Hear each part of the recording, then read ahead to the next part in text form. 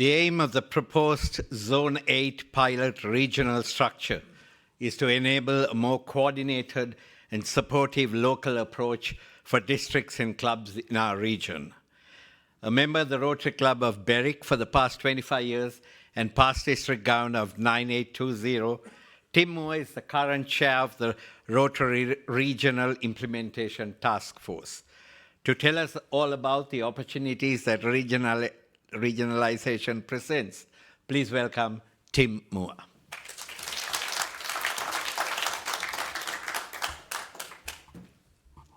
Thank you for not asking me to sing. But thank you for the opportunity of updating you today on our project. Let me revisit the concept of regionalisation in our Rotary context and a little bit of history for our audience. In essence, it's a regional approach to address key issues such as membership, public image, communication, leadership, fundraising challenges to help define a more sustainable future for Rotary. Our region, or Zone 8, is including, of course, Australia, New Zealand and the Pacific Islands, some 14 different countries. Over the last decade, our membership has declined by a net 10,000 members, while the population, of course, has grown by 20%.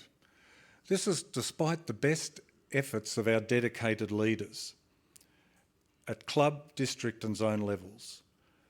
This decline has had impact on programs and projects, lowered public awareness, led to an ageing membership base.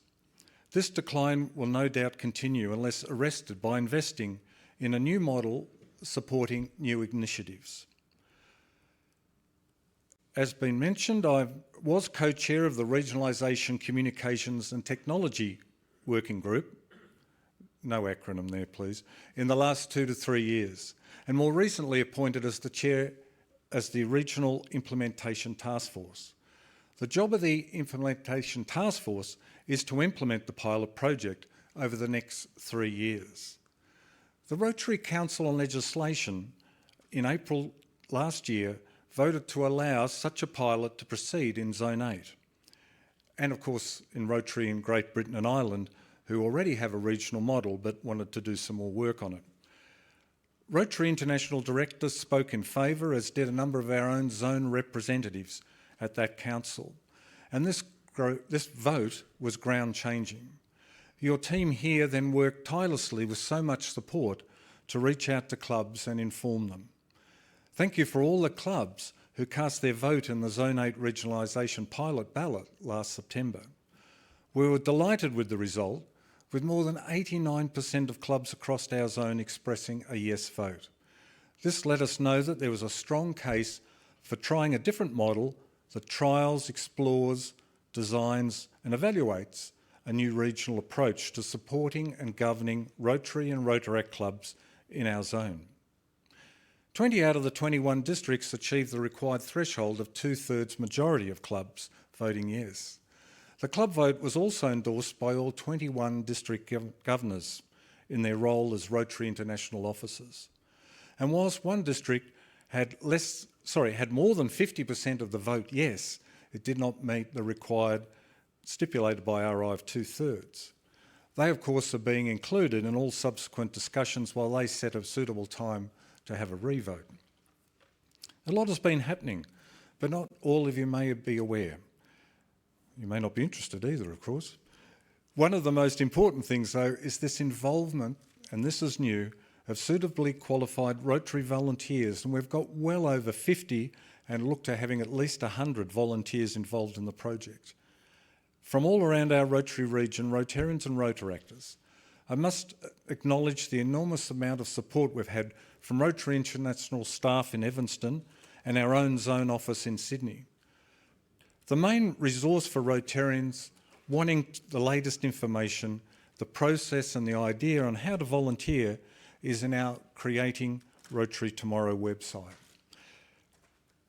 Regionalisation goal, you can see the website there and the URL to get there, but that is well publicised. Our regionalisation goal in essence means operating in the best possible way to support and represent our clubs.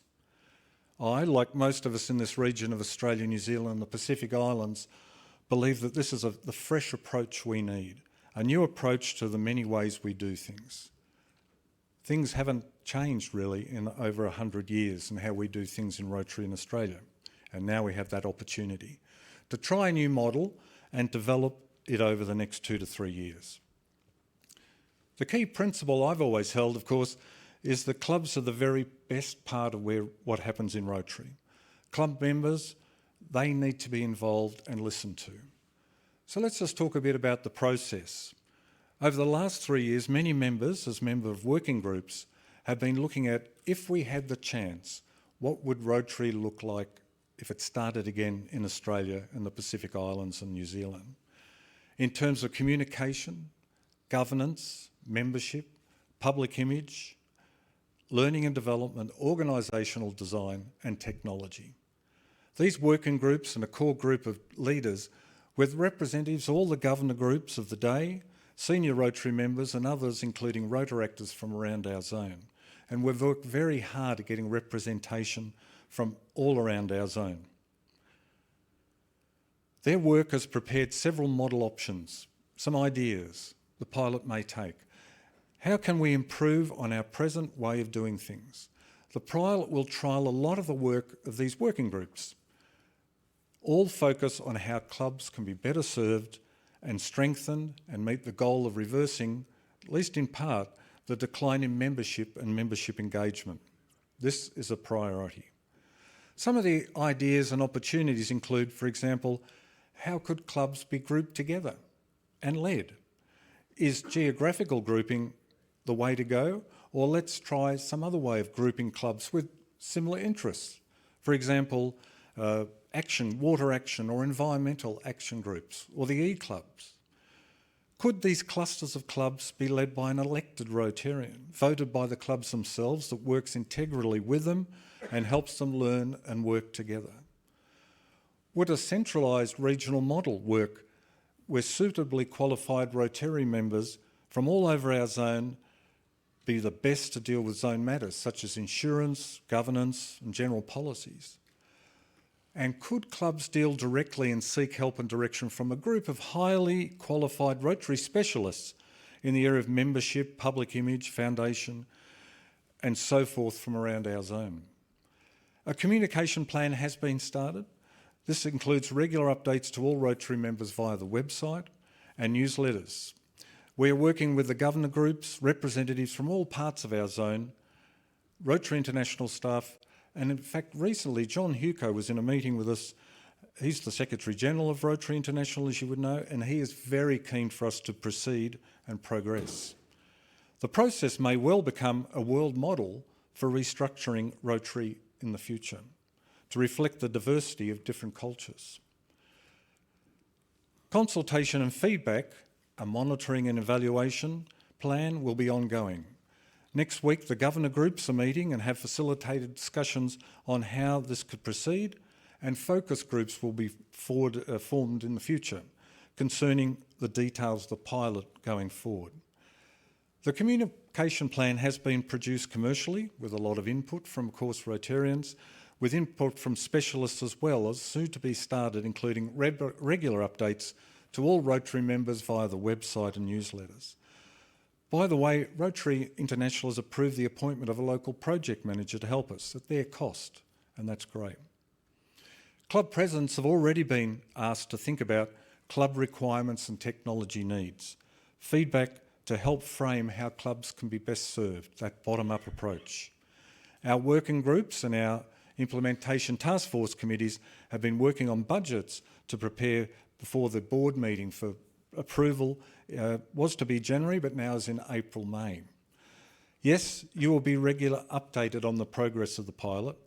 Feel free to subscribe to the website. There's a way there, and I'm showing here, that you can have your say and keep in contact. The volunteer form is also there as well. We would seek still volunteers from suitably qualified Rotarians to give input, particularly in their interest and their qualified area. That would be very important. There's so much to this project. Please take this time to visit the website. It's literally once in a lifetime opportunity for Rotary in our region. We want to all become involved and do the best we can. Thank you.